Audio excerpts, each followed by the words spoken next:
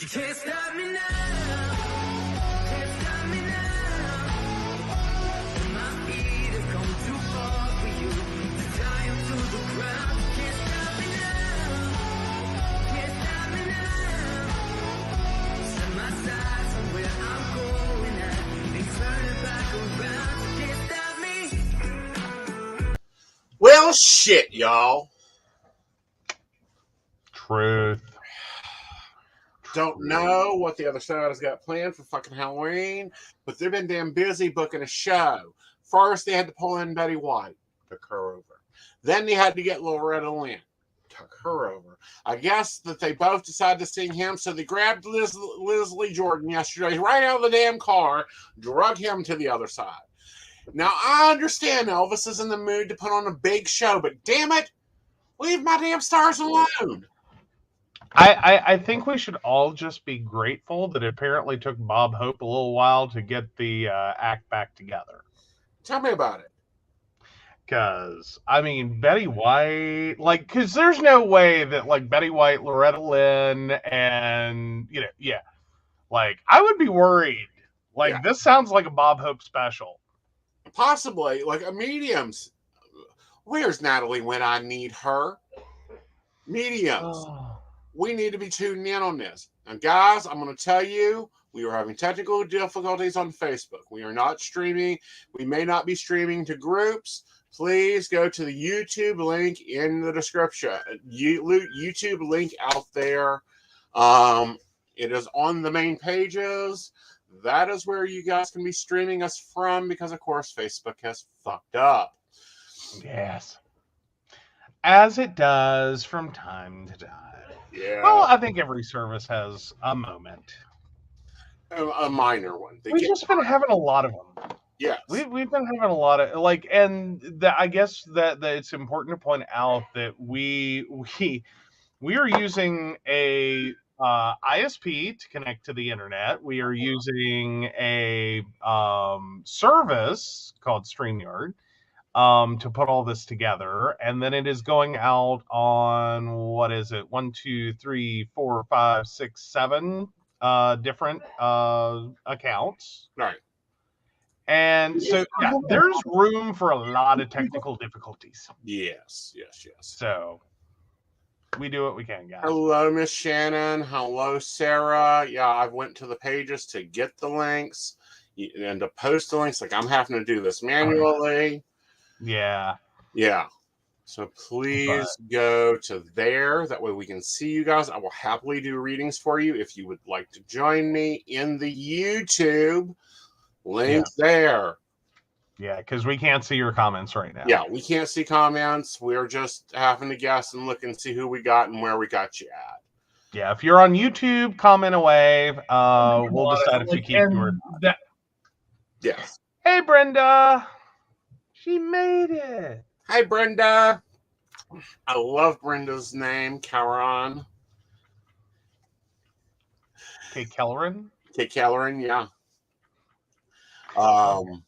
But no, nice to see everybody. And I was very sad to hear this news, and I'm going, Natalie, you ever tell them to knock this black train shit off? Really? Like, I will say I really appreciated, like, the comment that someone made, hey, Shannon, about Leslie Jordan passing when he did. Because, like, he's had a little bit of a roller coaster career. Mm-hmm.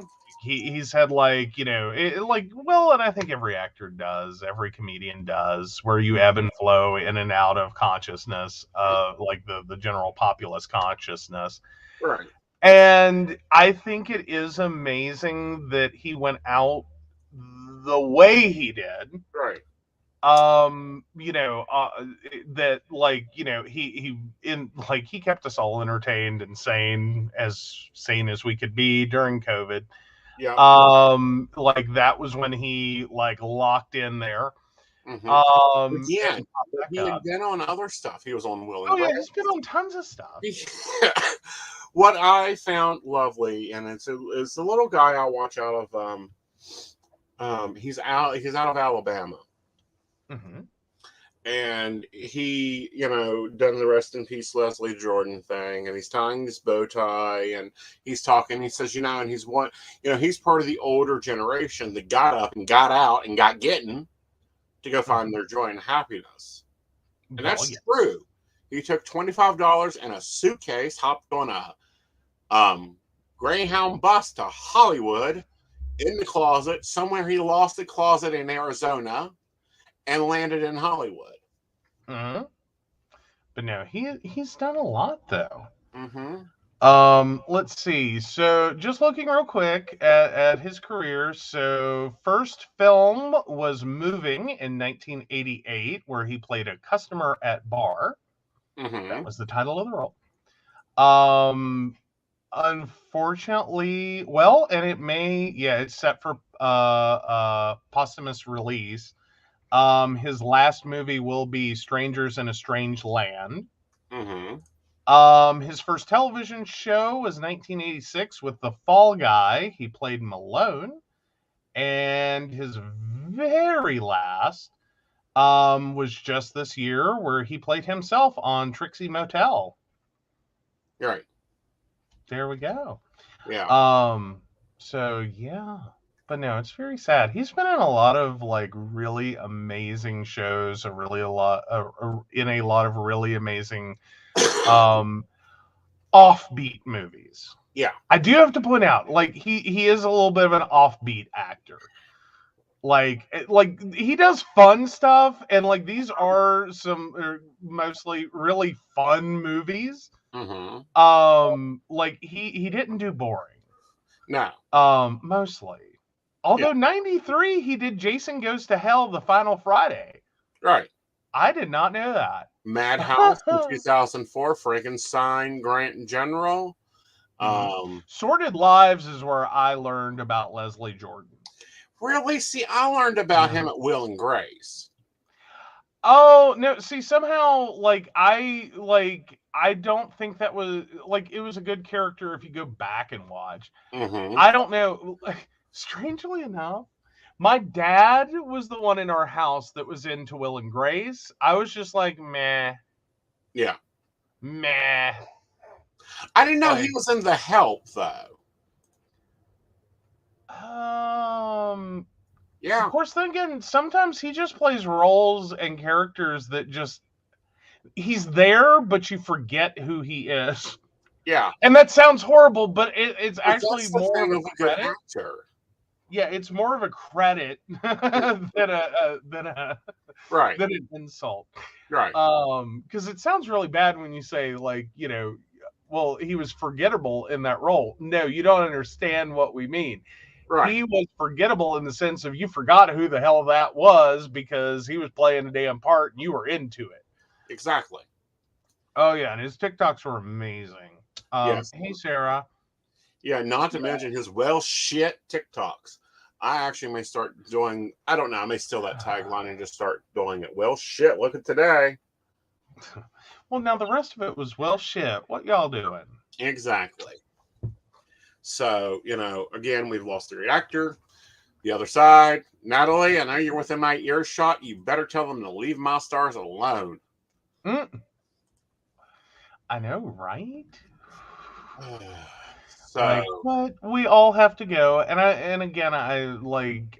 know it's kind of horrific that he has passed, but I think he's also an actor or a person in general. Mm-hmm. He is not one I would have wanted to have seen go out after a long illness. I don't think he could do a long illness. Seriously. No, I think although I think it would almost become like its own TikTok, like Leslie Jordan dying slowly. It would be surrounded by salt and hot ash, and while we're at it, throw some sage in that, wrap her in bubble wrap, and then put her in a hazmat suit with purified oxygen. That's where we are at with this, because pretty soon there ain't gonna be nothing for me to watch on new TV. I know. But yeah. All right. So more comedic relief, though. Have y'all guys been watching the Daryl Brooks trial? I haven't even been watching that. You were telling me a little bit about that. All right. Like, this is like a hot mess. So, French theory rejected by judge is nonsense? Oh, it's What? more than nonsense. This whole fucking trial has been nonsense. I love court TV playing during my day. Daryl, what is his name? You're right. Daryl Brooks. He is he is being called the parade killer. Yeah. This is, and I ain't even trying to say the name. Y'all know it when, like, my apologies. Waukesha, Wisconsin.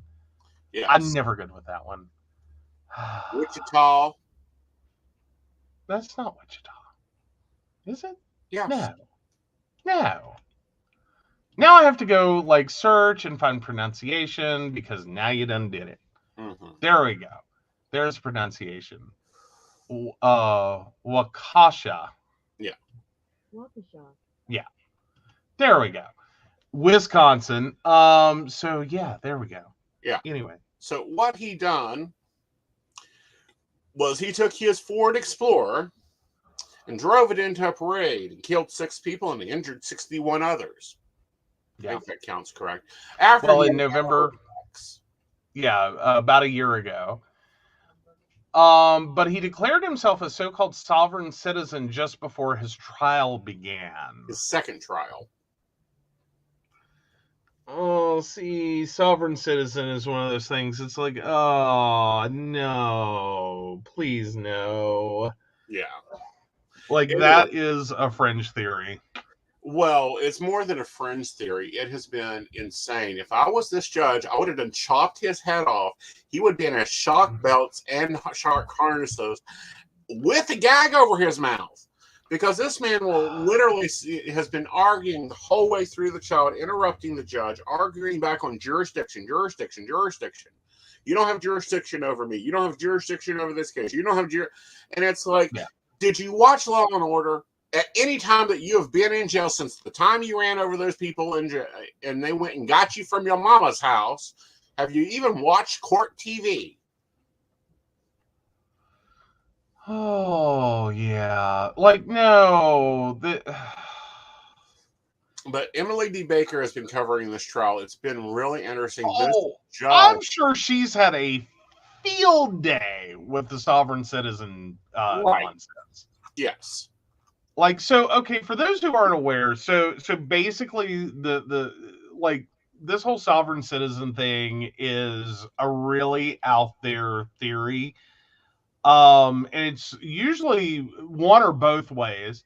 Because there's 2 different versions, and it looks like the one he's chosen is that the state of Wisconsin is not a proper plaintiff. Because have you ever met the state of Wisconsin? Like, the state of Wisconsin is not a person. Right. So you can't, and the argument goes, well, if you're not a person, you can't bring charges. Right. So, yeah, it's a whole thing, and then it goes completely as off the rails as you would think it would then. It has been totally off the rails, interrupting. She wasted 3 hours today on this dumbass. I would have done tied the bailiff, tie him to his chair and gag him. No, she sent him to another courtroom, so she can just reach up and mute his ass. Fair enough. And a lot of people who believe this think that when that happens, and that basically it's validity being made of their point, and it is not. It is that your point is so invalid. Right. So invalid. As it's basically just you're mouthing off. Right. Like, that's what that is. Now, the other version of that is arguing that you are not your legal entity. That there is a legal entity with your identification documents, but that is not you as a person, and that, like, the state can charge your legal identity, but they can't charge you because you're a sovereign citizen. Right. Like, I've heard that one before as well, and sometimes those are combined, and it's like, Well, see, oh he's even no. refused to cite his name. So he is going for both. Yeah. Yeah. I refuse to be called that. That is not my name. I don't agree to that. Yeah. Um, you also like became a slightly versed in this concept with debt collection. Mm-hmm. And there are a lot of resources out there that tell people that you can do this to get rid of your debt. Mm-hmm. Okay, let's just quickly cover you're not getting rid of your debt. Right. You may get rid of the debt collector, Mm-hmm. but you didn't get rid of the debt with this. Right. What effectively happens is trying to argue this one is such a pain in the ass. Right. Because you're talking with someone who is not going to listen to anything you say. It is a pointless conversation. It's just going to keep running in circles. Right. Debt collectors will return accounts. They'll just be like, not worth my time, not worth my effort. Right. And move it on down the pike. Right. So, depending upon the size of the effort, depending upon the size of the account, it just means that it either goes to court or it goes in the stack heap of unpaid debt and just sits on your credit report. Right. But you don't get rid of the debt. You didn't prove anything. You didn't take down the debt collector. You just went, oh my God. Right. Like, that's what the debt collector did. Like, close and return. We ain't even listening to this mofo spout his nonsense. Like, it ain't worth it. He ain't paying. Right. That's it. Yeah, but they are also a very dangerous group because they also don't pay taxes, don't register vehicles, drive around without license plates. Or licenses, or insurance. It's... If I remember right, isn't sovereign citizen is it a weird offshoot of like libertarianism, or is it just like there's a weird overlap? Well, it was an between the two ideology hatched in the 1970s and grew out of a post-colonialist, a U.S. anti-government group that contained many followers who were anti-Semites and believed the government was controlled by Jews. It rose up in prominence in the mid-90s, along with the militant movement says the researchers of Anti-Discrimination League, who followed the movement for over 20 years. In the late 90s, the ideology reached Canada and through anti-tax groups, and before going into Australia and the UK, and now Ireland. Mm-hmm. Mm-hmm. Yeah, it's a weird. Yeah. I mean, I get what they're trying to do. Mm-hmm. And it's one of those things that if you go far enough down the rabbit hole, it can begin to make sense. Right. But, and it's a big but. Right. One, it's not a legal defense. It does not work in a court of law. You cannot get off of a trial. You cannot. Right. It doesn't work. Right. But more importantly, the people who try this end up so far down the rabbit hole, they've quit defining words as having meaning. Right. That's the screwed up part of it, is you really can't talk someone back out of this at some point. Right. They go far enough down the rabbit hole and it's like, nope, you're gone. Right. Goodbye, thank you. But they're normally the ones that will file 132 motions, properly written by no court of law, challenging everything from if you're an actual judge, if you're an actual lawyer, if your name is actually this, if their name is actually that. They will claim that they are being kidnapped by the state. There was one case in Southern California that was real tragic. So this couple goes and looks at a house, running a house showing, and signs the papers and writes a paper check for the house. Takes the keys, moves in. Check bounces. Check never was on a bank account. What? Yeah, it didn't belong to a bank. Oh, wow. So, oh, wow. Because there's now two different things going on there that There's are now both three different things going on there. Okay, so the first one is like was the seller presented a phony financial instrument.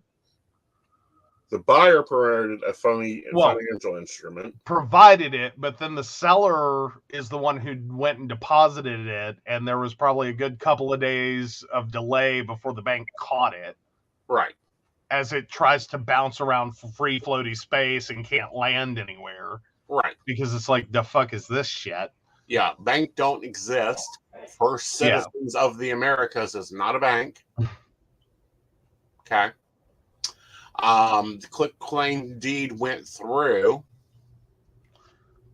Oh, no. So they had to go to court to throw these people out, and they literally used every detail of the eviction process to challenge. To challenge it. And it took like 4 to 9 years to get them out of the house, and they could not turn off the electric or the water because these people would just keep using the toilet and tearing up the house. Yeah. Well, and moreover, it'd probably become a situation of then they're illegally squatting. Right. So they're tenants. Yes. And they have tenants' rights, and that would be a constructive eviction? Yep. Yeah, so you don't want to play that. Right. Oh, no. Right. No. Oh, I feel so bad for the seller. Right. That is such a nightmare. Right. Oh. I've always seen though, and you also have to keep in mind that sovereign citizens fall into this weird group that's kind of like Karens on meth. Like, it's that level of insanity. Like, it is the ultimate in demand to speak to your manager. Is what it functionally, like, if you boil all of it down, it's like, I want to speak to your authority. Right. Because that's what they're doing, is they're trying to figure it, like, they're challenging at every point. Do you have the authority to do that? Who are you to have the authority to do that? Where did your authority derive from? What is your, Yeah. One of the motions was that and this is not in this case. This case is actually just bullshit. But one of the intelligent motions that I've seen come out of these cases was a guy actually said because the person was over the FBI, they had an interim appointee, like he hadn't gone through Congress, that he could not execute the FBI's warrant order to arrest this person on federal charges. Okay. Because Congress hadn't confirmed the director of the FBI. All right. Yeah. Yeah, no, I hate to tell you, no. The FBI can exist with an interim director, and it's not a problem. Actually, they can exist without a director. Well, technically, yes, they would still exist. But typically you do want to have someone overseeing. Right. Just as a general, like, backhouse functionality. But that doesn't mean that, like, all of a sudden it's like, well, open the jail cells, we have no authority. Right. Like, no. Like, and that's the way a lot of the sovereign citizen stuff is built, is like, it's the magic get out of jail free card, or the magic get out of debt free card, or the magic whatever get out of card. And it's like, no. Yeah, well, and I think that and I don't think people know that they're doing it, because I've seen a lot of older Facebook users post that, I do not give Facebook the right to use my picture, blah, blah, blah, blah, blah, blah. Yeah, that comes from sovereign citizens. You're participating in anti-Semitism. Well, moreover, it's like, see, what you're trying to do is you signed up to Facebook, you agreed to a terms of use. It was big and long, and you didn't read it. No one does. Right. We don't know what all rights we gave up because no one can read that. Right. But moreover, and in addition to what you originally agreed to, you agreed to the fact that if you continue to use the service, you agree to any updates to that terms of use. Meanwhile, what you're doing when you post that is trying to modify the terms of use, which you actually can't do if you understand the basics of contract law. Right. Which, quite frankly, boils down to Facebook can't opt out. Right. Like, exactly. You know what I mean? Like, this isn't a negotiation. You want to use the service, you play by the rules. Right. If you don't want to use the service or you don't like the rules, you can try to get an attorney and write a specialized terms of and conditions for you and present it to Facebook. But I'm going to tell you now, it's probably not going to work. Right. Probably not going to work. Like, I mean, maybe if you're like, I don't know, give me a pop celebrity that's like hot right now. Well, I'll tell you who's not hot right now, but let's go with Kim Kardashian. Kim Kardashian might have a snowball's chance in hell of getting her own unique terms and conditions for using Facebook. Might have a snowball's chance in hell. Right. Maybe. Like, it would depend upon if Facebook could be persuaded that, like, it was worth it. Mm-hmm. Of course, she recently got sued and lost to the FCC because she was pumping this cryptocurrency and forgot to say that, oh, yes, I am being paid $250,000, not cryptos, to do this. Oh, Shannon points out, not everyone is the smart guy who got out of paying his mortgage loan because the bank guy didn't read what he signed when he sent it back to him. Oh, yeah, and these are also the people that say that, like, you can take the memo line and write paid in full. That was the other one. That was fun with debt collections because it's like, that's not how that works. Right. But have said that you can write paid in full, and if they cash the check, then it means they agreed that it was paid in full. Yeah. And it's like, that's not how that works. Yeah. It's a memo lie. Yeah. It is for your memory to remember what the hell the check was for. Right. It is not a terms and conditions to be agreed to upon depositing check. Right. Like, that's not... Right. But there is one thing that really got a lot of people got their mortgage, got either new mortgages or got out of mortgages because banks lost mortgage documents, and you have to have the original documents. Yes. Well, like, that was part of the robo-signing problem. And part of the sheer volume of bullshit mortgages they were processing.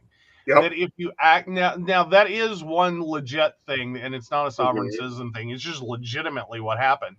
Right. Is for those who were in that situation, if you got a lawyer and if you started picking it apart, not only was it a robo-signed foreclosure, but all the documents that were included, some of them may have had to do with your mortgage and some of them may not have.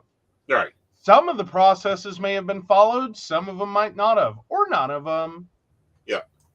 Okay, I'm going to repeat this. Please come over to YouTube if you are watching us on Facebook. Oh, Facebook is... Yeah. Facebook is dropping comments, so we're starting to see you guys. But come over to YouTube because then we can have a conversation. Oh yeah, it does make it easier. Yes.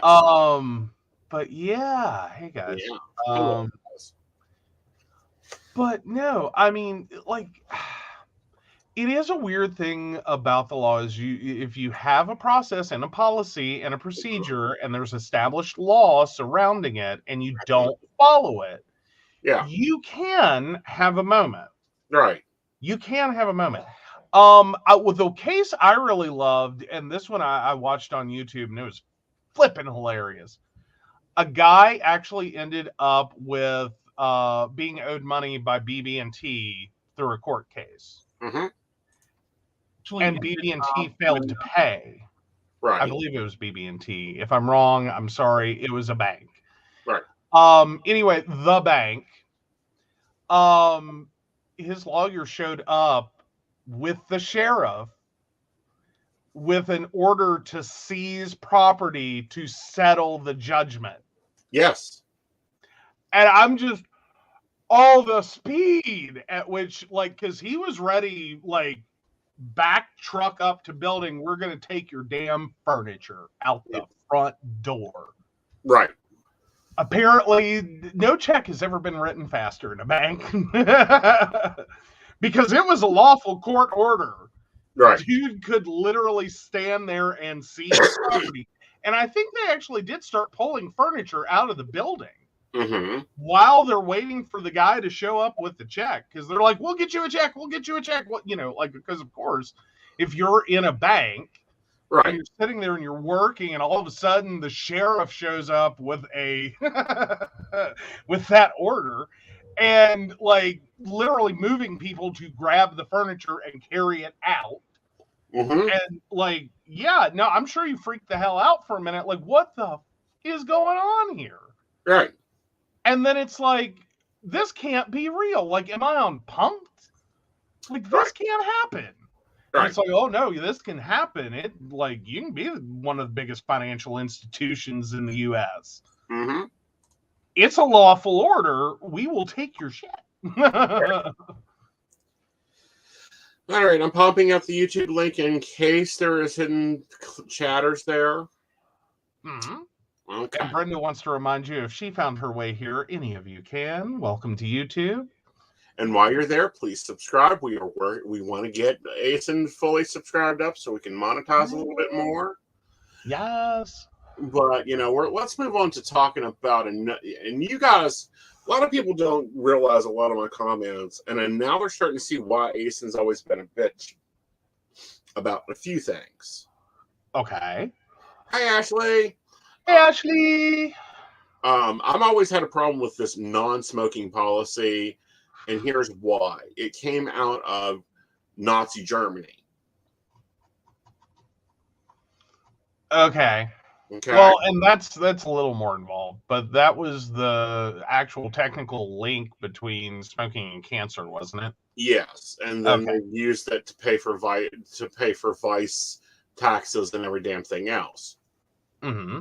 Now we're starting to see a lot more anti-Semite behavior, and yeeted is one of them. What? Kanye, the artist formerly Kanye. Yee. Yeah. Yay, yeah. Yeeted. I like yeeted. I don't know. I don't like confusing that for the word that you actually enjoy using. Yes. Like, I'm going to be very confused. Like, can we just call him, like, can we not, like, take he turned himself into a symbol principle and be like, hi. Yes. The artist formerly known as Kanye West. Yes. The artist formerly known as Kanye West has lost multiple deals today. You think? What I love is, he bought a controversial. He bought what is it? Telling something like Parlor. He bought Parlor. Yeah. Oh yeah. He bought in on Parlor. Yeah. No, he bought Parlor. Oh, he bought the whole thing? I thought Yeah. he just bought in. I thought he was an investor, not a No, he owner. owns Parlor now. But, y'all guys may want to hurry up and cash that check Yeah. because his mouth has gotten him in trouble with his sponsors. Yeah. I think he finally hit the point where it's no longer funny. Like he Dave Chappelled his ass right on out the door. Yeah. So Like, Adidas dropped him. His agent dropped him. His two new lawyers dropped him. Forbes dropped him off the billionaire list. the artist formerly known as Kanye West. Yes. To answer Ashley's question. Oh. I really did. I thought he just invested. No, he bought Parlor.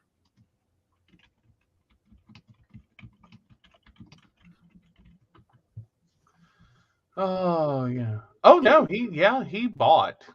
Yeah. Oh wow. And this is after he was restricted on Twitter. Yes. He got kicked off Twitter. He got removed from Instagram. And then some idiots went and started hanging signs up in LA saying he was right. And I'm like, you Nazi sympathizers. That's what they are. Yeah, basically. Like, it's a hot mess. Mm-hmm. Like, Parlor in and of itself is a hot mess. I'm sure him buying it was like... I have all the socials but that one and Notebook. I don't want Notebook. I will have nothing to do with Notebook. I will currently not have anything to do with Parlor. Okay, but here's the thing, and I'm giving him too much credit, and I know that, so, like, don't take it to heart. But don't you think it would be kind of cool, though, Kanye West buys Parlor, and then, like, all the racists are like, fuck no, and, like, yeet themselves off the service? Possibly. Because they're like, ew, no. Mm-hmm. Because that's pretty much their base. Right. Like, that would be, like, all the users. Like, would it not be a weird moment, though, to be like, thanks, Kanye. Yep. You have sent the cockroaches of racism scurrying back to their dark corners. Right. Because they no longer have a platform because you bought it. Right. Like, I mean, I think that would be way overthinking his intent. Right. It would be hilarious. Mm-hmm. And could happen. I have no clue how you access that one now. Which one? Ashley was asking how one accesses Parlor, and it's like, I have no idea at this point.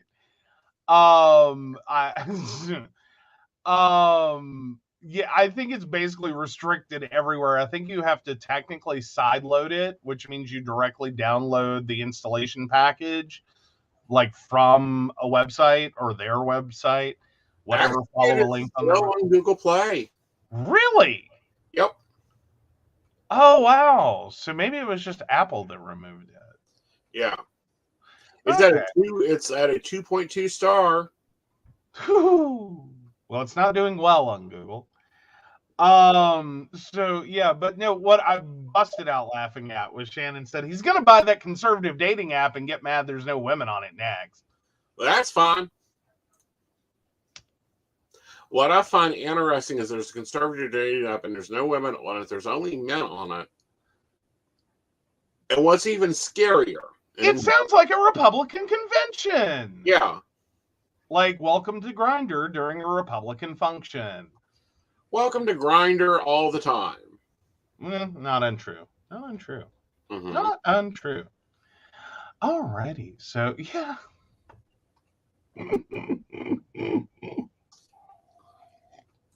It's insane. It's insane.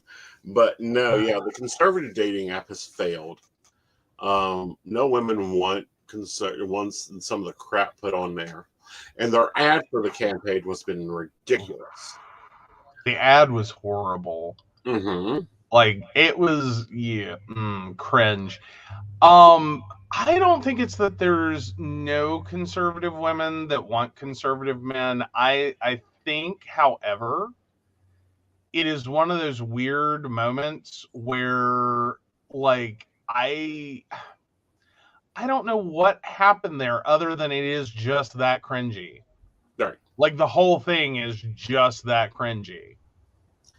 Well, I think their ads were just that cringy. Yeah. Like, but it apparently spoke to a male demographic like a loudspeaker. Well, it spoke to knuckle dragging male demographic. I'll give you that. Well, and I think guys will show up for any site that suggests it'll get them laid. Right. All right. So let's run some commercials. And then when we come back, we're going to be talking about the new UK Prime Minister. King Charles has sworn in his first Prime Minister. Awesome. All right, here we go. Hi, I'm Dottie the Psychic, and I'm sure you're wondering why I'm not wearing any makeup. Well, one reason is to irritate my social media manager, Aeson Knight. Hi, Aeson. The other reason is because I like to get to the naked truth about what it means to be a neurodivergent LGBT person with psychic abilities. I've got vlogs, blogs, and podcasts and videos all related to trying to live my best life and helping witches and bitches do the same thing. So, you can check all that out and get a reading from Dottie the Psychic at DOTTIEthepsychic.com. Safe travel and much profit to you. Do you have a cute pet? We know you do. Each week, Tracy Van chooses from submitted photos a featured reader for her Facebook page and provides a tarot reading. Your adorable pet cat, dog, rabbit, goat, chicken, snake, or more could be her next featured reader. Visit tracybann.com, TracyBann.com, and click Featured Reader to submit. We look forward to seeing your pet next.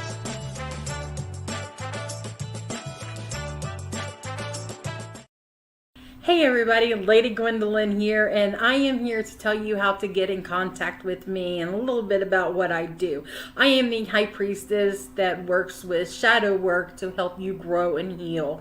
And I work with access bars, Reiki, I do power forms. I'm recently getting into crystal healing, sound therapy as well. So you can go to Lady Gwendolyn Healing, that is LadyGwendolynHealing.com. Book your appointment with me. I do in person, I do over the phone, I do over Zoom. We can do that as well. My main goal is to help you grow and heal, because I've been there, I'm still going through it, and I let my strength help guide you. See you soon. Hey everybody, Natalie here from The Pendulum's Path. If you are in need of guidance, direction, spiritual connection, healing, or more, you would come to the right place. I have worked as a psychic and a medium for over 3 years, connecting people from all over the world with their loved ones, giving them insight and guidance into their current situations, their past healings, their blockages, and what they need to know in order for them to have a better future. It would be my absolute honor if you would come to my website at www.thependulumspath.com. Visit my shop. I have a whole bunch of crystals, oils, balms, mystery boxes, and more. And visit my services. I offer 15-minute, 30-minute, and 60-minute sessions. I also have email readings available if you're not comfortable with the one-on-one session with me, or if you just want to try me out. I encourage you to come visit me at the Pendulum's Path, and let's get you back on the right track today. All right. Welcome back. All right. So we're going to talk about this, and then we're going to talk about the new UK Prime Minister, and then we're going to come a little local, because I think I figured out how I want my fence in the front yard. Oh, very cool. All right. So, Britain has its third prime minister in 4 months. Wow. Yeah, it's been busy. It's been busy. Yeah. Yeah. Well, apparently, Rishi Sunak aims to bring factions together in cabinet reshuffle. Mm-hmm. So apparently, the big message out of the Prime Minister's office is unity, experience, and continuity in some really key roles. Yes. Yeah. Yeah. So It's interesting. And he's also like looking at some of what Liz done and went, "What the hell were you thinking?" Oh. Yeah, like he's throwing out her loyal list. He is throwing out her policies. He is shuffling the cabinet like a deck of tarot cards, honey. Ah. He has brought in people from the east, people from the west, higher, lower, in ranking. Now, granted, his wife is more richer than the royals, according to some, because she is a software engineering heiress. But he's brought in a good bit of things, and he also ran Boris Yeltsin back to the Bahamas, where he belongs. Well, there you go. No, I can kind of understand, like, the upside of Queen Elizabeth is she was a giant beacon of stability for so many decades. Mm-hmm. And did eventually get there. Mm-hmm. Took her a while, but eventually got there. Right. On some social policies, especially LGBTQ social policies. Right. She got there. Quickly. And I mean, before like some of the rest of the world got there, she got there. Mm-hmm. But that was coming from kind of a dark place to begin with. Like, if you go back and look at the life of Alan Turing, that is a head scramble. Right. Because like there's the nice pretty government secrets, Alan Turing, action figure. Right. And then there's all the things they did to the poor man, despite everything he did for them. Right. And it'll scramble your brain to sit there and go. I mean, like, I'm trying to figure out how to like put it in more modern terms. That like, like for an American audience, which we have a fair decent number of, I don't know, most influential figure in the US that you could think of, like someone who is like save the day. Mm-hmm. No, I was naming, like, can you name one? Because I have trouble doing that. Dr. Fauci. There you go, Dr. Fauci. So imagine Dr. Fauci and all he has done, one across his career in totality, but just in the last few years. Right. And then imagine that as payment for services, some aspect of his life was such that our government like locked him up, only released him after what was it, chemical castration or physical castration? Chemical castration. Like, did not care that they drove the man half crazy. Right. Like, and I believe Turing died penniless. I'm not sure. I mean, I know he followed the path a lot like Tesla. Like, it destroyed his career. Right. Like, he had no career after the war. It was over, dead, done, destroyed. Right. Imagine that's what we did, Like, thank you, Dr. Fauci, for keeping as many of us alive as you did. Mm-hmm.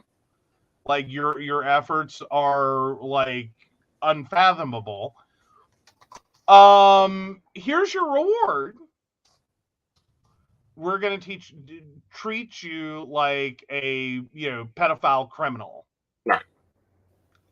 Because technically, under our laws, that's what you might as well be.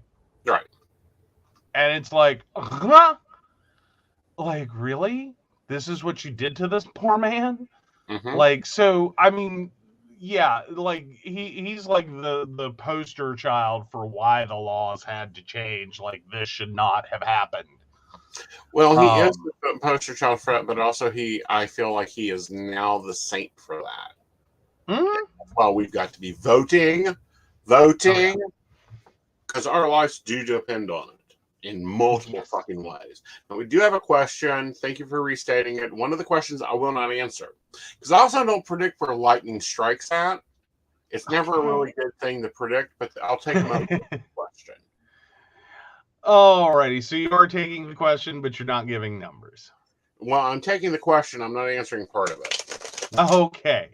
So Ashley, Ashley 82696 asks, when am I getting my glasses? What is influencing my current funk? And do I have a big win coming soon? Like I've been playing the lottery a lot recently. I don't predict. I'm sorry. I will not predict the big win. I will, however, create you a new Patreon level if you decide you want one, as been requested by another Patreon member for a new level. I will happily do that. Looking at your glasses, I think we're looking at about 5 weeks for new glasses. I think your current funk is because you're still carrying around junk from the past. Surfacing out old feelings. We do have that Saturn coming direct as of the 23rd. So we're still in that shadow, and that's when that energy shifts and that task mastery shifts type thing goes on. But no, I don't predict lottery numbers, nor do I predict if you're going to win the lottery. Love you guys bunches, but FCC has a problem with it. Yes. Would you predict a bingo win? Like $100? No. Okay. Cannot I'm just curious. Gambling in any way. All right, there you go. Oh no, Ashley is like, I can't go 5 weeks blind. Girl, I feel you. You break my glasses, it is over. I know. Luckily, you're on your backups, and we'll be getting it together. I know, right? Yeah. Oh, which, speaking of glasses, and some viewers may be noticing, you want to tell them what happened to yours? Well, I was moving the house around and trying to be a good husband. I was moving the house around and trying to be a good husband. Yes. When disaster struck. Yes. Oh. A book called Aspire. It's another books that I've stacked up there for my Patreon, so that when we get enough books, we mail them out so everyone gets a book, and I don't have to keep track of it. And boom. It fell. Oh no, Ashley, I have been there. Yeah. Oh, so Ashley says the damn dog chewed through them. I have half a mind to take him to the pound. You know, I laid down for a nap, put mine on the coffee table, and we just love one of our friends who introduced our dog to plastic-based chew toys, the ones that have the crinkly plastic inside, because it turned him into a cookie monster of plastic. Mm-hmm. If it was plastic, he wanted it in his mouth, chewing on it. Mm-hmm. And so I lay down for this nap. The dog is outside, the dog was outside. I've laid my glasses on the coffee table. I'm out cold to the world. I wake up to the most mangled mess I have ever seen. Well, which I couldn't see, but obviously, what the hell? Yeah.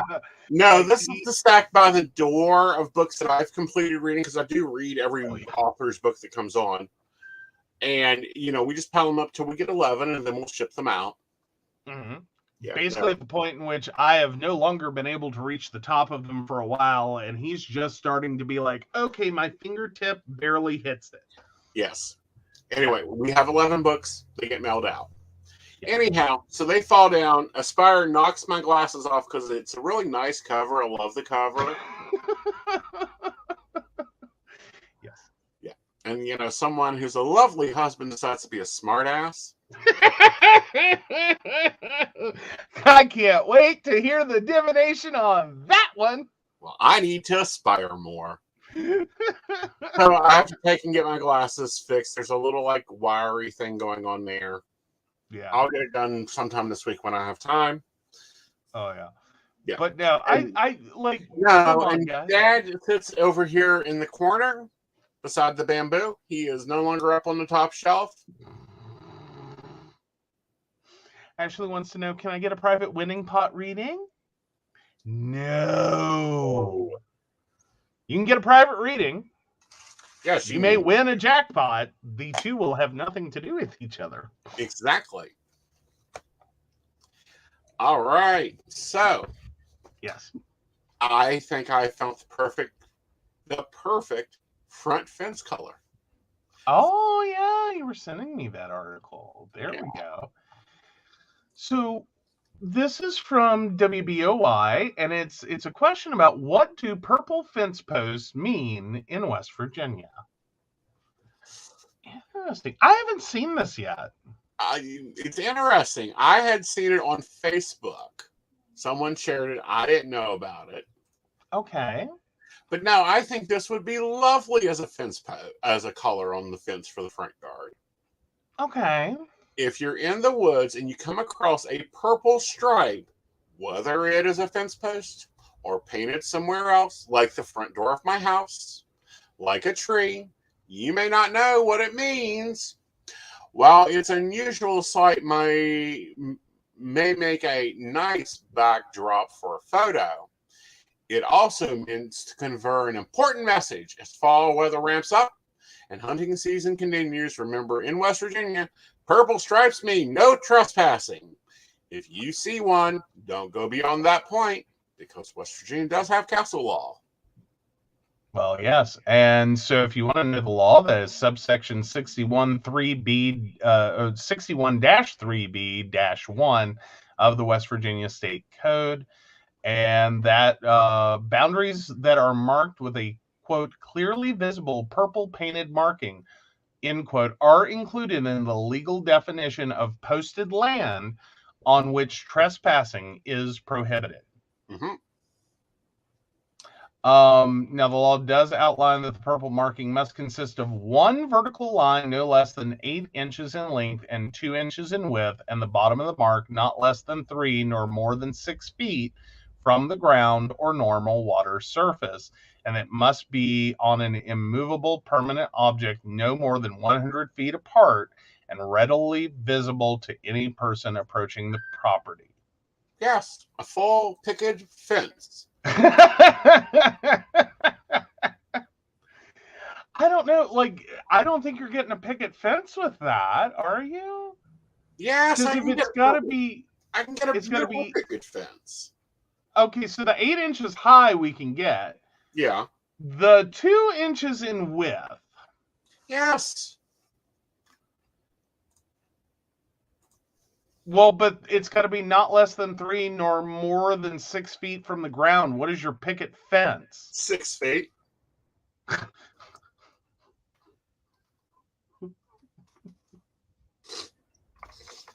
You're not doing a 6-foot picket purple fence in front of the house. One, it's not a picket fence at that point. At that point, it's called a wall. Well, I told you I wanted to, if I ever get to build the house, I'm building it Mexican style. Oh, yeah, with a courtyard and a plaza and a... Yes. Courtyard and a plaza and a front yard and a gate and 7-foot brick walls all around the whole damn thing. Then we're gonna look like a drug dealer. Like, Yeah. we're gonna get really unfortunate visits from law enforcement. I hate to say that. Like, you pull.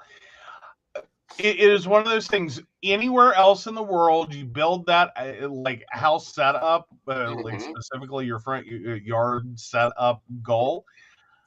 It's fine. Everyone's cool. It's a thing. You like your security and your privacy. Awesome. Fine. Cool. Whatever. You do that in the U.S., and I swear to God, you are gonna get.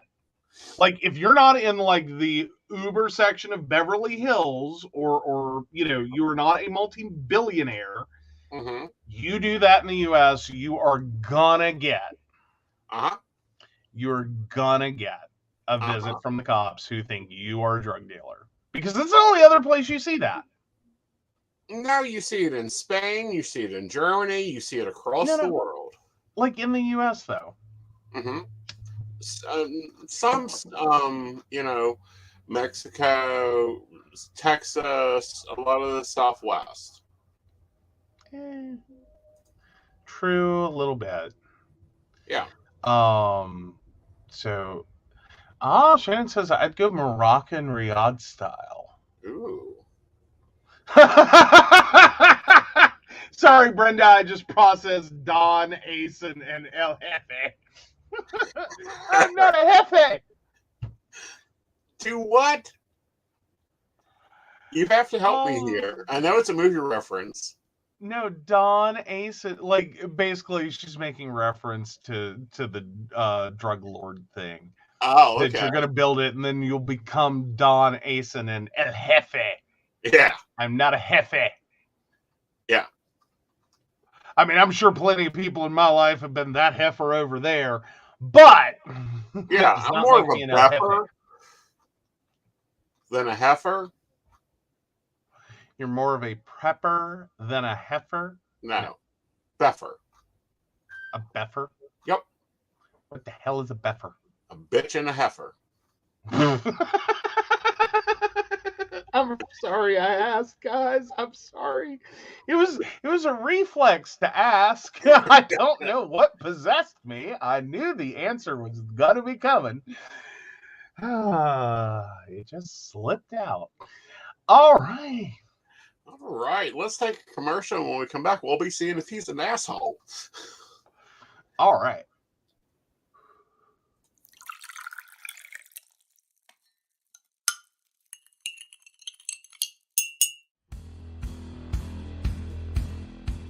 Welcome back, Goblins! My name is Jason, and I am the host of the Esoteric Book Club, a podcast that examines titles on the magical, paranormal, the mysterious, and the strange.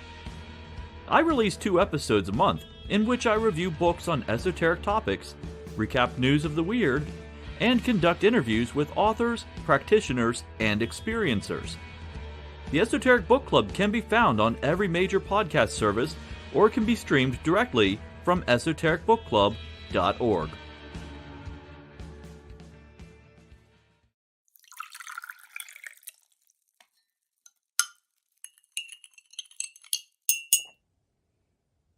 Hi, I'm Tracy Van. I provide a blended reading consisting of mediumship, psychic, and tarot cards. A reading from me can cover any guidance you need from relationships with your partner or your family, spiritual, financial, any questions you may need clarity on. If you would like to book an appointment with me, check out my website, tracyvann.com. That's TracyVann.com. I have bookings from 15 to 60 minutes you may choose from. That helps if you just have a quick question, need an answer, or if you're looking for a reading in more depth, I'm here to provide the guidance and clarity for you. Let's just figure it out. Bye.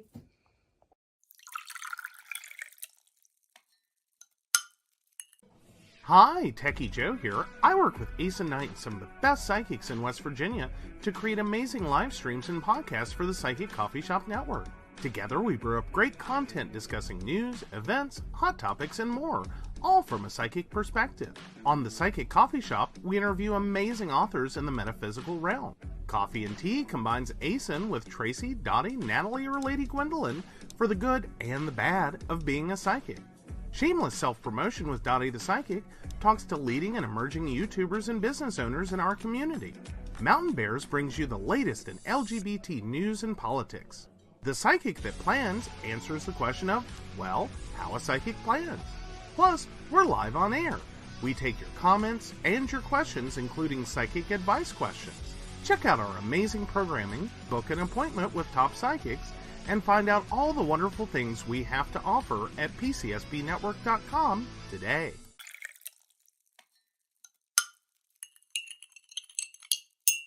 Hi, I'm Aeson Knight. I provide tarot readings covering everything from love and relationships to your life questions and your most spiritual answers. And also, I provide a lot of guidance in finances and divorces and all those relationship problems. So, if you'd like to get a reading from me privately, not on air, you can feel free to do so by visiting aesonknight.com and booking your appointment. I also provide on-demand services, so if your life is a little chaotic, you can go ahead and click that call now button there on my site. Great for a quick answer question. All right, guys, back to the show. Enjoy.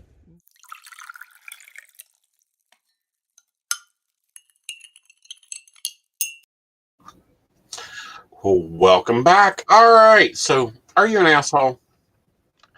Am I the asshole for telling my son I can't trust him? I have 3 kids, a 15-year-old son and 8-year-old twin daughters. They all get along well, and my son loves his sisters and vice versa. Sometimes my husband and I have to go to certain events, and I ask my son if he can watch his sisters for the night. He usually says yes unless he has plans. I just ask my mom then. So on Friday night, we had an event to go to, and I asked my son if he'd be willing to babysit. He said sure, and that was it. We came back at around midnight. I went to check on the kids, and my son was fast asleep, while one of the twins was puking her guts out, and the other one was crying. I was surprised, but I also didn't really blame my son in any way. They weren't really making any noise and were clearly asleep before all hell broke loose. Well, I managed to calm my girls down. They end up telling me how their big brother was really mean and grumpy all day, and when they asked for food, he gave them a jar of peanut butter. The twins cannot have peanut butter. They aren't allergic, but it makes them ill. The girls know as well, but they were hungry, and he said they had to eat it. My son knows this, and the peanut butter is kept out of the twins' sight and reach and is literally only in the house for him. I woke up the next morning and asked him if all this was true. He just made a noise and was all like the little snitches. Yeah, so they had a little peanut butter. What's the big deal? I told him he knows they can't have it. And not only that, but I also don't like how they described his attitude, especially when he told them they had to eat it. He just told me to stop overthinking. He forgot peanut butter makes them that sick. He only said they had to eat it because he didn't want them going hungry. He didn't feel like ordering, cooking, or warming up leftovers either. And also, the twins were being annoying. I told him that these excuses are not good enough and that what he did was honestly kind of cruel. I told him that I don't know if I can trust him with the girls anymore as well. He just rolled his eyes and told me that I'm being really dramatic and that the twins will be fine. I don't need to act like this. He's really upset with me, and every time me or his dad says anything, he'll just reply with, "Oh, I thought I was cruel. I thought you couldn't trust me." He's not budging, and he's not normally like this, so I'm wondering, am I the asshole? My sister told me to post on here since I'm so conflicted. Didn't think it would hurt. So yeah. OP has offered the following explanation for why they think they might be the asshole. I might be the asshole because perhaps I was being a bit overdramatic, and I could have just told him to be careful next time or something instead of being so blunt. Nope. She is not the asshole. The older brother is an asshole. Yeah. Oh, so answering Ashley's question, so the older brother, age 15, of two twins at 8 years old. They're not supposed to have peanut butter. He fed them peanut butter. They're not allergic, but it makes them sick. So just to catch everyone up, I'm definitely like, I really think he's the asshole, definitely in this situation. Like, and I don't know if this is like one of those weird teenage moments. Is what I'm thinking is happening here. Is he effed up? He knows he effed up, and he's doing that weird thing where instead of doing the obvious thing of, "Oh God, I'm so sorry, I effed up," are the twins okay? He's trying to like divert the blame and be like, it's because he's gaslighting throughout it. Like, oh, the twins will be fine. You're being over dramatic. Like, it's not a big deal. Everyone's okay. But All right. So I'm getting to enjoy some benefits of YouTube, and I may start using those. We've created a poll for you guys. You can actually vote on who's the asshole. The mother who scolded the brother and said, "I can't leave you with my kids again." Yeah, I don't trust you. You are cruel. Right.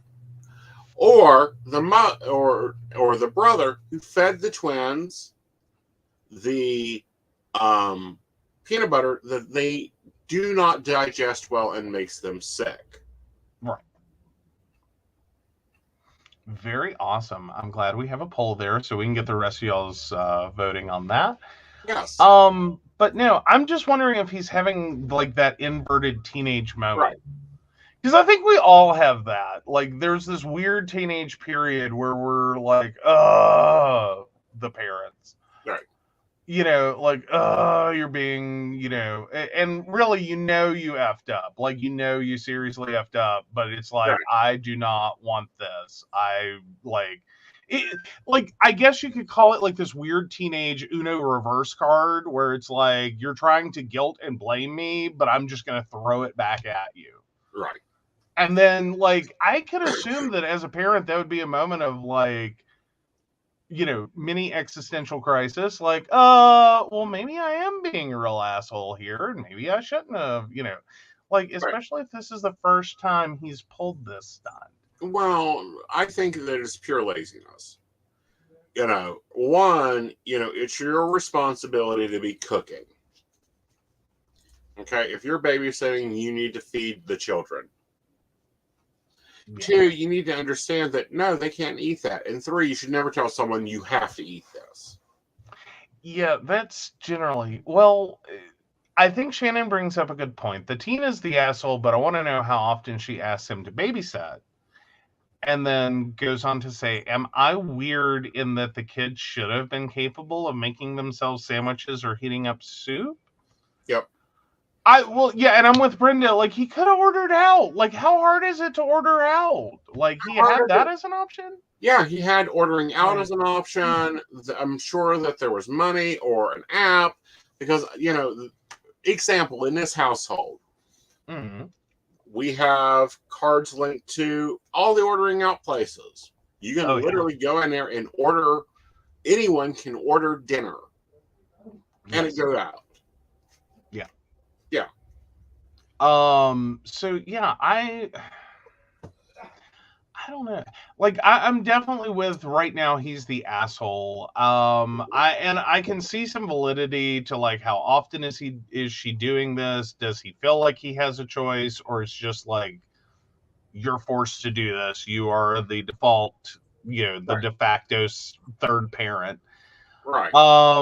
And is this him trying to be like, I should not be the de facto third parent? Yes. I could see that, except for the fact that he, like, I would think if you're trying to get out of it by being, intentionally incompetent at it, Mm-hmm. you would be more likely to be like, I'm so sorry, I'm irresponsible, instead of like being hateful. Right. Um, Yeah. Things that the OP is considering: moving the microwave lower, because apparently these are kids still smaller, on the smaller side, so they can't reach like the kitchen counter. Okay. So they're considering moving the microwave within their reach. Other comments, definitely, it's definitely no more peanut butter in the house, but I've taken the girls to a doctor and specialist and voiced my concerns, but I was told that they don't really have an allergy. Yes, they do if it makes them sick. Well, they have a sensitivity. Right. Like, those are two very, like, some people have, like, lactose intolerant is more about a sensitivity than an allergy. Right.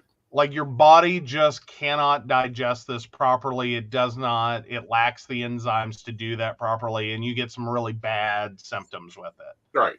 And it's really uncomfortable. It won't kill you. You're not allergic. You're not going into, shock. Anyway, you're not going into shock. Right. So you're not allergic, but you're very sensitive to it. It does not set well with your system. Right. Now, some criticism here is you could have gave him a clear dinner plan instead of leaving it up to him. And no, she doesn't pay him, but she does give him a crazy high allowance amount each week. And he has full access to her card and had full access to her cards. Oh, yeah. Yeah. No, I think this one, I think more than taking the girls to a doctor, I think she needed to book herself, her husband, and her son at least one counseling session to like work through this. Yes. And be like, what is this? And what is it going to be? And, oh yeah, I love that Caitlin just said, lactose intolerant here, but I'll suffer to eat cheesecake every time. Right. I will tell you right now, if I were lactose intolerant, I'd be a dead bitch. Because cheesecake alone, like, I would inadvertently off myself at some point. So like totally unintentional. The verdict gets in and ending the poll. The verdict is the older brother is an asshole. Heary. All right, on to relationship advice. And this one kind of crosses virtues because normally I do standard relationship advice on Tuesday and poly relationship advice on Fridays. So this one kind of crosses, but not really. All right. So I was dishonest with my husband and he caught me. In desperation to get him to stay, I made a deal with him that I regretted, and now he is resentful. I've struggled with alcohol for years. It got better for a while, and then worse when my sons were younger. Its severity has varied over the years, but earlier this year it got much worse. I promised my husband I would go to AA meetings and go to therapy, and I didn't. I lied about going, and I used money I claimed was for the therapist for alcohol. The times I said I was there, I was drinking. I lied to him about drinking when I was at home with our sons. This isn't the first time I did things like these in our marriage, but this time he told me he was done. I was desperate to keep him, even though I knew he was disgusted by my lies and didn't respect me anymore. I wanted to do anything to make him think our marriage was worth staying in. I knew who he was attracted to, and I knew she had a crush on him.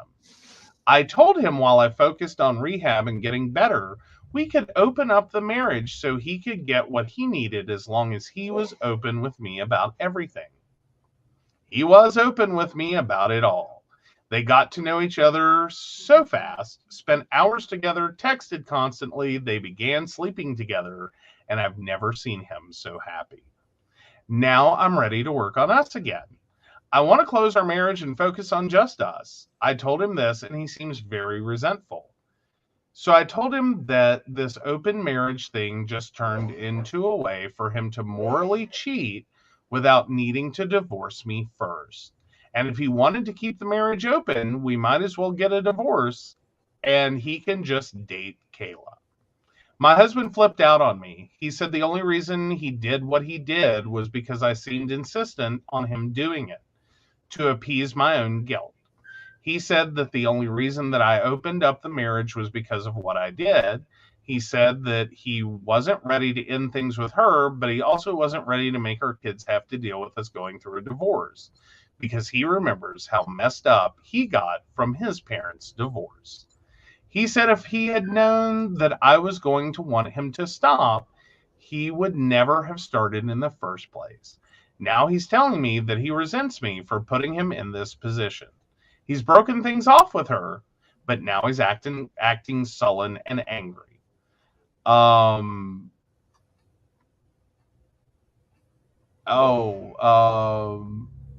Update, I guess. I've completed rehab and been completely sober for a month. Oh, there's a lot going on with this one. Mm-hmm. Ooh, Ashley has a great question too. We'll get to that one in just a second. Yes. Well, here's the problem. You make a deal with the devil. You can't undo the deal. And how do we know you're going to stay sober? How many times have you been in rehab? Well, and apparently this marriage has been going on for a while, and she point blank says, I've done stuff like this throughout the marriage. Yeah. Like, so, 1, you're screwed. 2, you need to be making a call with a marriage therapist. And 3, my advice to you is either live up to your deal or stop manipulating your marriage to fit your disease. That's what you've done. I've got so many problems with this one. Go for it. Like, I think I have to throw some, like, everyone's shitty here at this. Mm-hmm. One, I think as the husband in this situation, you should have realized this was her rock bottom. Mm-hmm. That she is literally trading someone else mm-hmm. for you to stay with her. Right. That's what she did. Right. She used your attraction mm-hmm. to someone else to goad you into doing something you didn't want to do. Right. So and it's very addict personality. Yes. Like, you're so far down that bottle. Mm-hmm. And there's so many red flags. Yeah. 2, I think I'm going to go ahead and call it now and say your rehab did not work. No. Your rehab did not work. It did not work. Right. The fact that you are now, like, sobered up, at least for the moment, and you're seeing the things that you did right while you were, within addiction. Mm-hmm. And instead of accepting those and understandably wanting to work on them or change them, right, or make them right, you don't really want to do that. You want to have had the I went crazy in my marriage, like, screwed it all up, and then I got myself clean, mm-hmm. and instant repaired damage. Right. Not how that works right. at all. And furthermore, she negotiated a different marriage. She negotiated an open marriage. Mm-hmm. With force. With force. Like, he didn't want it. Like, she wanted it. Like, she dangled a carrot. Right. And I don't think, I literally think this has to be a moment of, like, yeah, you can try for backsies. Mm-hmm. But, like, what you have effectively done is held him captive in a marriage he was ready to leave. Right. Dangled a carrot of someone else. Mm-hmm. whom he went on to form a relationship with. Right. And now you're taking what was probably the best part of your marriage, Mm-hmm. and you just threw that into a wood chipper. Yep. Because you want to come out of rehab and magic wand, Right. instantly everything is perfect again. Yep. This is why I say your rehab didn't take. No, it didn't. And, If you're you- not making amends and building this relationship and wanting anything to do with this relationship. And you're supposedly in therapy, according to some of your posts. Oh, I your have therapist going to have a field day. Well, the therapist should be having a damn field day at this moment. See, this is my problem with therapy. They address childhood issues and teenage issues. They don't look at what you're doing now and say, these are the things that you've complicated. And a lot of times, they don't even look at the standards you've put in. Some therapists, not all, Right. some therapists, like, will get very caught up on, like, past trauma, like, way past trauma. Right. And not like, okay, but where are you now? Like, Right. what do you actually need to work on in the present day because of horrible things that happened to you in the past? Mm-hmm. And like, what do you like legit just need to work on now? Right. There are therapists that get real hung up. Right. There are others that, and then there are some that are just useless, but there are a fair number that will focus on, okay, where are you? Right. Like, what's creating the problem for you? Not tell me about your life story and we're just going to go through it with a fine-tooth comb and work through like all your daddy issues, and then we'll work through all your mommy issues, and then we're going to work through your kindergarten teacher who said that thing that time. Right. And like in 50 years, Yeah. you're dead. We may have resolved all your problems with your way past. Right. And then we can start working on today. Right. There is one comment on this Reddit that I want to read, and I'm kind of on board with. As polyamorous individual, your behavior is disgusting me. The other woman isn't some object to pick up and discard at will. She's a human being with feelings deserving respect. But you didn't give a shit about that. You're finally ready to pull your head out of your ass, and now she has to suffer and get her heart broken because your feelings matter more than hers? No, you may be in recovery, but you're got a long ways far from learning human decency. I agree with this. Yeah. I'm going to be honest, this marriage is dead. If you cannot faithfully negotiate and fix something. Yeah.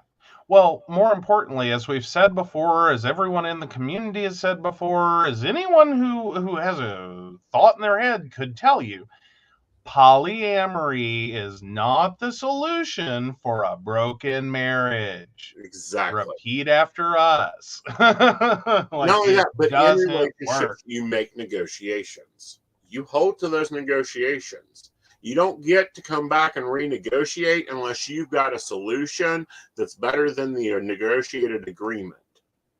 Well, and typically it's for working out either mutual problems or otherwise strengthening the relationships, right?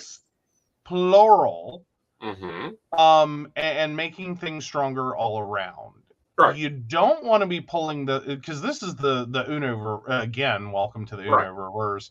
But this is the undo button of undo buttons of like I just did that to keep you here. Exactly. And it's like, no, stop. Like, no, we don't use people as pawns to save our broken marriage. Right. It's the same to me as if she had gotten pregnant one more time just to keep a man. Exactly. And it's like, oh, please don't have a save the marriage baby. No one has ever saved a marriage with a baby. Right. It just like makes her ability. She has a disease that needs treated. He has boundary issues he needs to negotiate. He needs to get over this theory of divorce is a bad thing. In this situation, it would be a God-sent thing. Yeah, this is too far down the pike. Yeah. Like, it has gone way past. Like, this is the point where, like, let me tell you what's going to happen. because y'all have hit this stage Mm-hmm. in the pre-divorce of your broken marriage disaster Mm-hmm. of like one of these days, if you keep going, Mm-hmm. one of your children will come to you Mm-hmm. or will come to him and go, why aren't you divorced? Yeah. And you like I realize the trauma I probably created for my mother talking about trauma. I asked that question. Mm-hmm.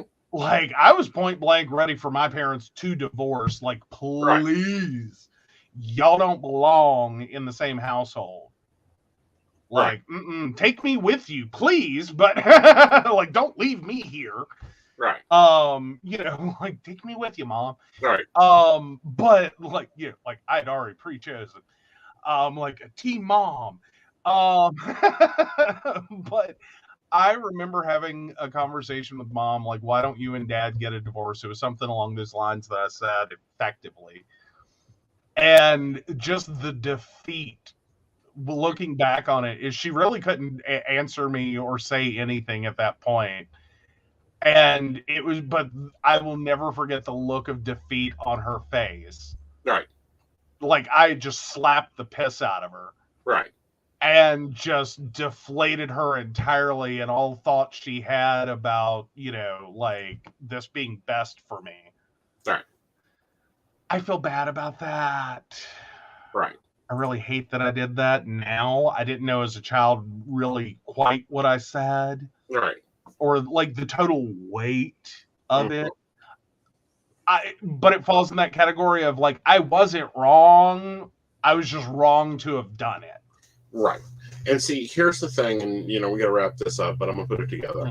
If you are not happy in your marriage, get out. Yeah. If you cannot stand to look at that person, get out. If they begin manipulating behavior, get out. Yeah. I don't think I would ever tell someone who's unhappy to leave their marriage. Yeah. I will tell people who are miserable to leave their marriage. I don't think you get I'm sick of selling the happily ever after. There's no there's days that you're not, and I say this about all my relationships. I wake up in the morning and I hate them all. By noon, I'm ready to get in my car and drive the fuck as far as I can go and start my life over again. And by the night, I cannot vision those people in my life. So if you cannot get to that point, then there's issues, and you need to sit down and negotiate. And if you need someone else to negotiate, fine, bring in a therapist. But if you make a negotiation, then you hold to that negotiation. An agreement is an agreement until it can be replaced. Yeah, usually with something better. Right. And, like, that means better for everyone. Yes. Like, yeah. Don't trash people. Well, not only that, but if you are only a month sober, 30 days sober, that's cute. You'll do that 10, 15 times. Well, and I'm not trying to throw off on someone's sobriety, but it's like, I don't think this one took, because if you can still be that self-centered after your rehab, after you've hit this rock bottom, after this, that you just really don't get what you've done, I think the stage is still set for you to fall right off that wagon. In a heartbeat. Because it's still all about you. Exactly. And that's what this whole post is about, is all about them. It had nothing to do with his feelings, his emotions, his desires, his interest, what he pictured. Yeah. Yeah. Yeah, because she's basically asking, what's the magic wand to make him happy? And it's like, not being married to you. Yes. Magic wand. It doesn't mean she's a horrible human being. Like, I think she's made horrible choices and done horrible things, like, for self-centered, selfish reasons. It doesn't make her a horrible, irredeemable person. It's just like, your marriage is fucked. Yes. It's gone. It's done. It's over with. Seal the coffin. Figure out how to be a decent co-parent. He takes the kids because you can't be trusted because you've already drank with your kids there to the point that you're gone blackout. Yeah. All right. All right, guys. This has been one of our more wildly spirited shows. I don't know. I'm really liking the YouTube thing. So baristas, get ready to make some choices, because it seems to me like Facebook is doing some fuckery. But speaking of that, remember, baristas, we are meeting tomorrow, as it is the last Wednesday of the month, for our barista chat. So we will be talking about a lot of the things we've been dealing with, and also you guys will be making some programming choices. Again, baristas, that link will be in your Patreon. If you our Patreon is really simple. We have very basic stuff in our Patreon. We're not a complicated Patreon. You guys get exclusive content. You get exclusive magazines. You get exclusive things. We have different levels of our Patreon. Let me bring that up and we'll talk about that, because there's still time to join our Patreon and get into that meeting.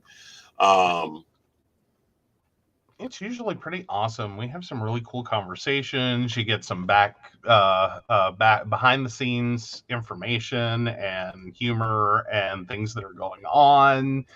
Right. And stories we can't cover in public because they just are that way. We have a tall membership. That is at the $1 level. We have the Grande at $5, the Venti at $10. And if you're a company and you want your commercial on our air, we do have the sponsorship level, which is $35. And that is a limited Patreon. We only have a limited availability for this, because I'm not having many commercials. Of course, Ashley, it is going to be at 6 p.m. because, of course, we have a show at 8. 6 p.m. Make sure you're there, or you'll be square. Yes. And make sure to. And let me go ahead and I'll get the link to our Patreon. We can actually give that out. Yes.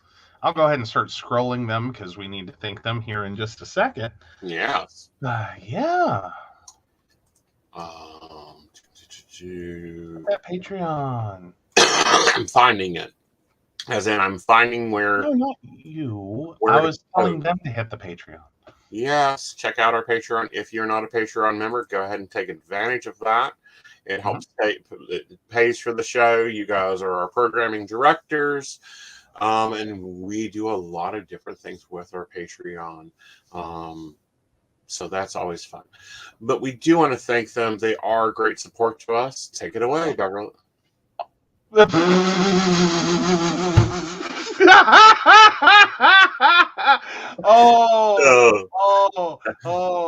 you call me by my sister's name, the thing none of them are good. No, I'm teasing.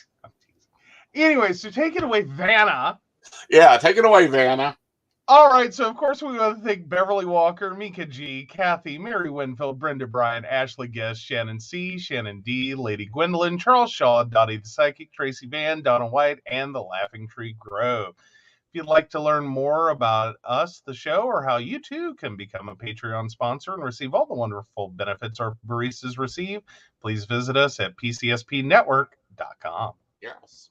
And the link is in the chat for you guys to go directly to the Patreon to join.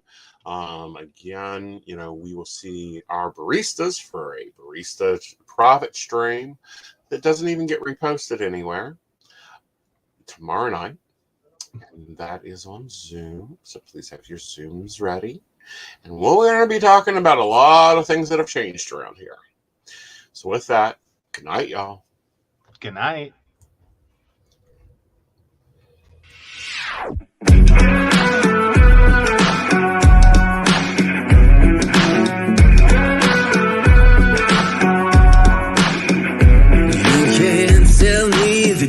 Is stacked. You can whisper behind my back. You can show me how the odds are up against me all day long. But I've been through the fire and come out alive, and there's no more fear in my eyes. Oh, now I'm rising, and you can't bring me down. You can't stop me now.